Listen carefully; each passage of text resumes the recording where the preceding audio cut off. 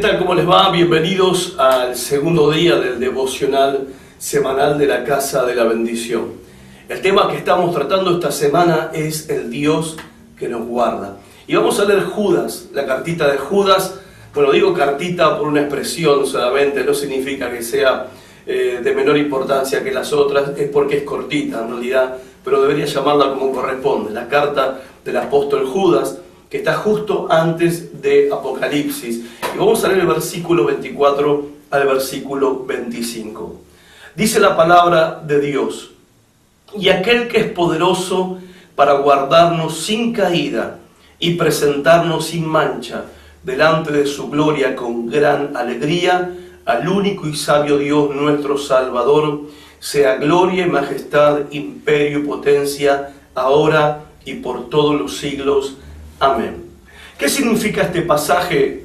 Dijimos ayer que es una promesa de protección, de cuidado, una promesa donde Dios habla de que Él te va a guardar. En otras palabras, significa que Dios no te va a perder, que Él no te va a soltar, que no te va a dejar caer y no va a permitir que cedas a la tentación de abandonar a Cristo y alejarte de Él. La Biblia habla con respecto a esto, de esa seguridad que tenemos nosotros los creyentes y que incluye también una obra maravillosa del Señor, donde dice que Él también tiene poder para presentarnos a nosotros mismos delante de Él sin mancha y sin defecto.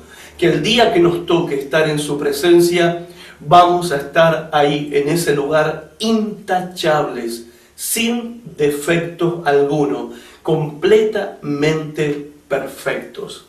Ahora, la mayoría de nosotros que conocemos al Señor Jesucristo y que venimos desde hace un tiempo, que somos parte, mejor dicho, de la iglesia de Cristo aquí en la tierra, hemos conocido a muchas personas que en algún momento han manifestado tener fe en Cristo.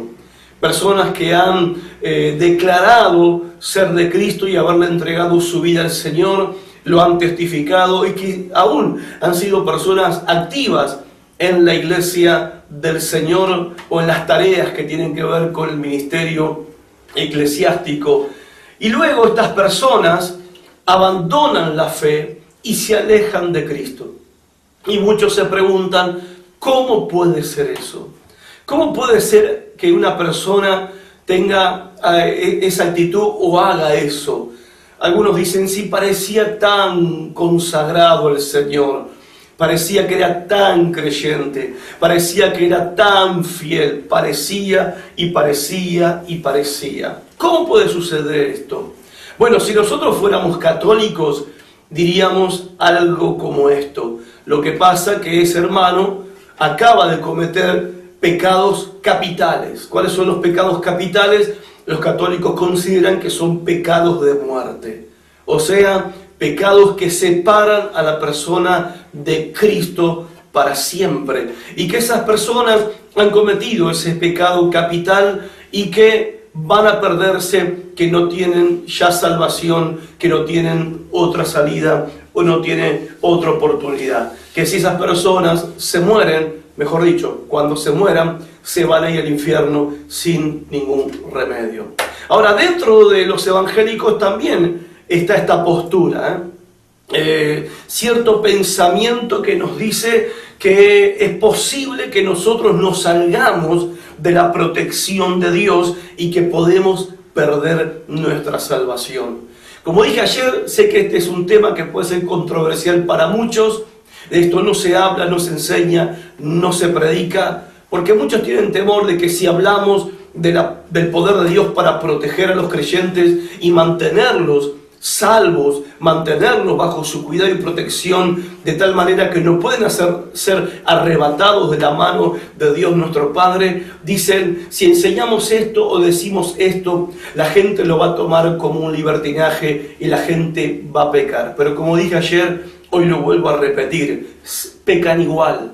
O sea, igual, el que no ama a Cristo peca igual. El que no quiere obedecerle, no le va a obedecer igual. No hay que tener el temor de afirmar las verdades del Evangelio por temor a que ciertos fulanos o ciertas fulanas vayan a revolcarse en el pecado porque le estamos dando una falsa seguridad o le estamos dando una credencial para poder pecar. Total, Dios nos guarda, nunca nos va a soltar, siempre nos va a cuidar y no podemos perder nuestra salvación. El que piensa de esa manera no es salvo.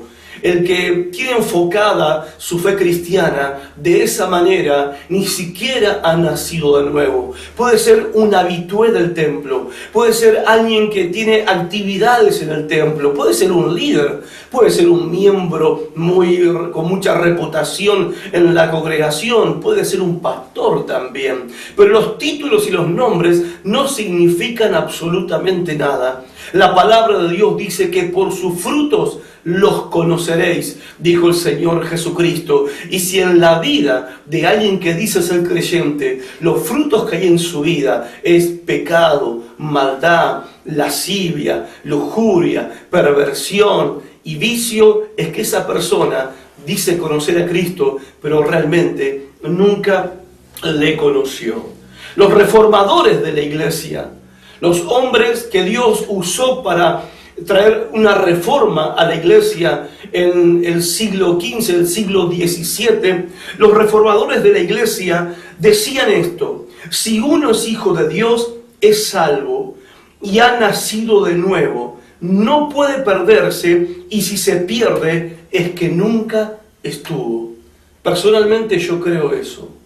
Lo creo no porque solamente lo digan los reformadores, lo creo porque la palabra de Dios también habla con respecto a esta verdad.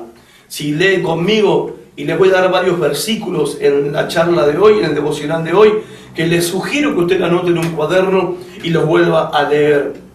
Quiero que lea conmigo 1 de Juan, capítulo 2, versículo 9. Vamos a leer la palabra de Dios. Dice así, hablando de estas personas que confesaron o declararon su fe en Cristo, pero que luego lo abandonaron, o que aún están en la iglesia, que son partes de una congregación cristiana, son miembros oficiales de una congregación, pero que viven todavía su vida revolcados en el pecado, en el vicio, en la maldad, en la mentira y en la carnalidad.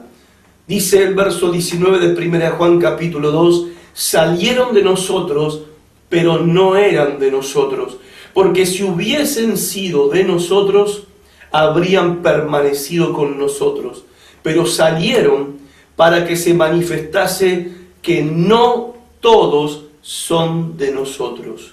Uno de los grandes engaños de esta época y de este tiempo es creer que cualquier persona que dice que recibió a Cristo, que cualquier persona que dice que es del Señor, que cualquier persona que dice que nació de nuevo, damos por hecho de que eso es una realidad. Por eso cuando esas personas que dicen pero que no hacen, que dicen pero que no viven como Cristo manda, que dicen pero que luego abandonan a Cristo y abandonan la fe, muchos se sorprenden. En realidad la palabra ya desde tiempo antiguo lo viene declarando para que nosotros entendamos y sepamos cómo son las cosas en realidad. Esto sucedió para que se manifieste, dice el apóstol Juan, que no todos son de nosotros, porque si hubieran sido de nosotros, hubiesen permanecido. Permanecido en el sentido de no tener antigüedad en la iglesia, porque la verdad hay gente que tiene antigüedad dentro de las congregaciones y nunca nacieron de nuevo. Que han permanecido significa que permanecen fieles a la doctrina, permanecen fieles en la obediencia, permanecen fieles a Cristo y fieles al resto de sus hermanos. Yo en lo personal creo con todo mi corazón en esta verdad de la palabra de Dios. Algunas personas pueden sentir cierto entusiasmo momentáneo y pasajero al momento de escuchar la palabra del Señor. Es más, muchos creen cuando ven los milagros, cuando ven las señales, cuando ven sanidades que acontecen, gracias a Dios, en medio de la iglesia, en medio de los creyentes. Pero Juan capítulo 2, versículo 23 al 25, dice que después que Cristo hizo muchas señales en la Pascua allí en Jerusalén, muchos creyeron en Él a causa de las señales, pero dice el verso 24 de Juan capítulo 2, que Cristo Jesús no confiaba en ellos, porque conocía que la fe de ellos era una fe que no era genuina, que no era real. También Cristo lo explicó en la parábola del sembrador, en el Evangelio de Lucas, capítulo 8, versículo 5 al versículo 8, donde describe a esas personas que al momento de escuchar el Evangelio lo reciben con gozo. Reciben la palabra con gozo y con alegría, pero cuando vienen las pruebas, esa palabra no tiene ningún fruto, porque no hay raíz, no hay profundidad, es una fe falsa, es una fe que no es real. Otros escuchan la palabra también con mucho entusiasmo, pero luego los afanes de las cosas del mundo, los afanes de esta vida, el amor por los placeres, el amor por sí mismo, el amor por el pecado, ahogan la palabra de Dios. Nunca se convirtieron, nunca fueron salvos, nunca nacieron de nuevo. Y esta es la palabra de Dios para nosotros. Es que esta promesa de protección, esta promesa de que Dios te va a guardar sin caída y que Dios te va a guardar sin perderte, es una promesa para los verdaderos creyentes.